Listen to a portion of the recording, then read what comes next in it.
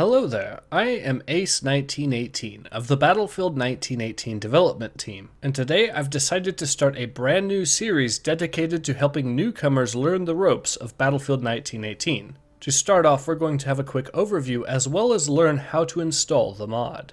So first of all, let's answer what exactly Battlefield 1918 is. It's actually a total conversion mod for the original Battlefield 1942, and as you may have guessed from the name, it converts the vanilla game to the setting of World War I.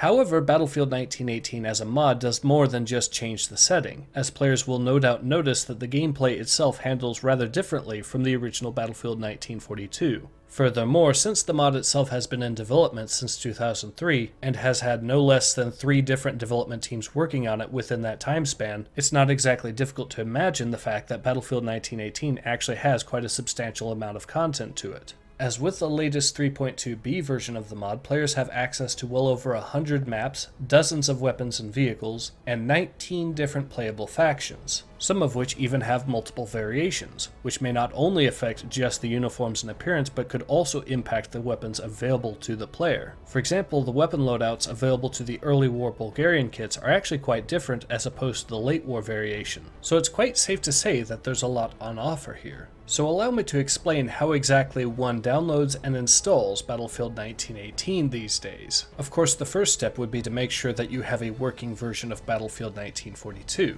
However, not only can one freely acquire Battlefield 1942 these days, but I've also personally created an extensive guide on how exactly to get it running on modern hardware. So instead of explaining that particular part of the process here again on this video, I will simply instead be providing a link in the description below to that guide, which itself also provides links on where you can download Battlefield 1942 for free these days. Moving on to how to install Battlefield 1918 itself, however, you will need to go to moddb.com and download the 3.2 full version and the 3.2b patch. Once this is done, make sure to extract the contents of the 3.2 full version into the mods directory for Battlefield 1942, and then install the 3.2b patch on top of that. Please note that because the 3.2 full version files are actually in a .rar file, you will need to extract them using WinRAR. Fortunately, once this is all done, your copy of Battlefield 1918 will not only be playable, but as of the time of this writing will also be completely up to date. So I could actually end this first video here and now. However, I would like to spend at least a little bit more time providing a few basic tips for new players.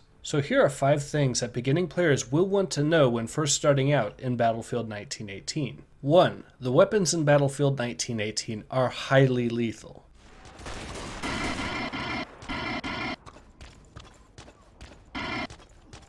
In fact, in Battlefield 1918, even pistols have the ability to one-shot kill enemies with hits to the head or torso. While hits to the extremities are still survivable and there is a damage drop-off mechanic in BF 1918, it is still something that any player will pick up on right away. 2. Certain weapons require the player to be prone to be accurate. This primarily applies to both sniper rifles and light machine guns. So players that find themselves using these weapons will want to lie down before firing. 3. Battlefield 1918 is built upon the principle of asymmetrical balance. This is something that is extremely important to note when comparing some of the different factions within Battlefield 1918, as not only are the spawnable kits faction specific, but so are the vehicles and even the elite pickup kits. And this level of variation may actually result in different playstyles depending on which faction you are currently in. For example, light machine gunners within the German faction have access to the MG08-15, a weapon that is not only best in its class for magazine capacity, but also features a comparatively high rate of fire.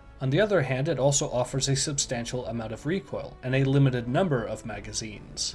In terms of gameplay, MG08-15 users will want to get up close to the enemy, where accuracy is simply not as big of an issue. By contrast, light machine gunners within the French faction have access to the Chauchat, a weapon that has an extremely low rate of fire and a comparatively small magazine capacity, but at the same time is extremely accurate and offers a good number of magazines. For these reasons, Chauchat players will want to actually engage the enemy from a distance, making the most of the accuracy afforded by the Chauchat. But let's move on to point number 4. Teamwork is especially important in Battlefield 1918.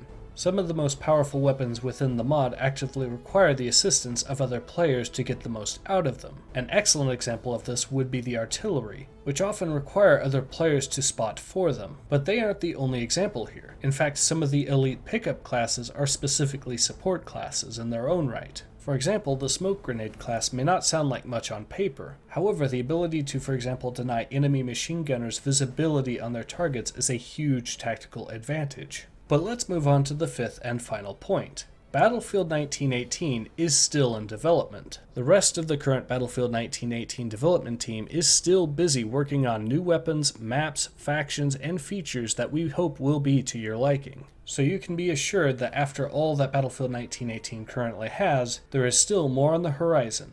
And we hope to see you all again soon. Until that time comes, this has been Ace of the Battlefield 1918 development team, and thank you for your time.